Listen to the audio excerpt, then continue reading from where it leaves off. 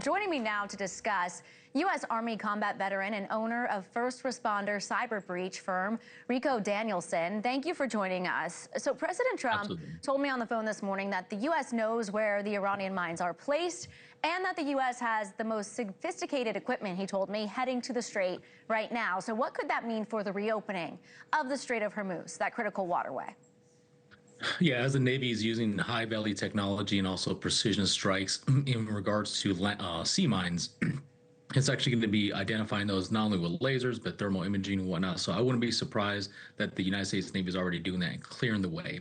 So what does that really mean to the Strait of Hormuz? That means that now more frequent oil tankers are going to be going there, passing through, and also on top of that, oil goods and also other type of goods are going to be getting to the world, and that means flourishment and also excitement also into the overall world economy. Do you think they're going to get a result today? I know we're already going into the late hours there in Pakistan. Do you think these talks will carry out for days, potentially? Yeah, I don't think it's going to be a real, we're not going to get a big win today, right? I think we might get milestone agreements like, hey, we promise not to shoot at each other or deploy landmines or sea mines or anything like that. But the overall win is going to be more progression for economic growth in of the world, letting these oil tankers and goods pass through. Now, remember this.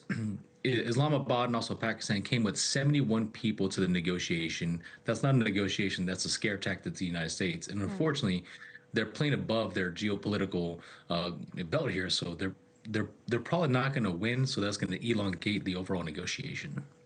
Yeah, I heard that they were coming with a lot of people in tow trying to show this power of force or what it may be in these negotiations. And then there's also the question we were talking about with others this morning of, are they negotiating in good faith and can they be trusted? It was something I asked the president this morning, and he said he didn't know, but we should know soon enough. What do you make of that? Can the Iranians be trusted even if there is a deal reached? Unfortunately, the Iranian country, Islamabad, and also these other heavy terrorist organization countries have a big history of not really owning up to their word and actually promising on their word, and they're just going back on their word, unfortunately. So can they be trusted? Probably not. I want to say that in good faith because of the historic data here. But do we want to have a good negotiation? Absolutely. But will it happen? Probably not. And, you're a U.S. combat veteran. Thank you for your service. And I know there's this big question of whether or not there are going to be boots on the ground eventually in this operation. What do you see happening? Is that something that you think will be needed at some point? Yeah, the thoughts of boots on the ground, if they're boots on the ground, is already over. There are boots on the ground. I can almost assure you that you have special operations out there lasing targets, not only from the ports and also different strategic positioning, but also, that search and rescue, you need to put boots on the ground, and we saw that.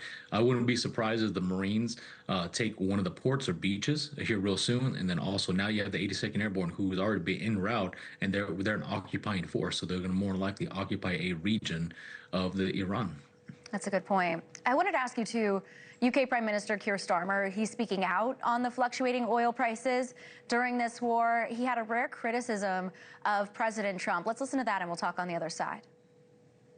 We have to have energy independence. I'm fed up with the fact that families across the country see their bills go up and down on energy, businesses' bills go up and down on energy because of the actions of Putin or Trump across the world.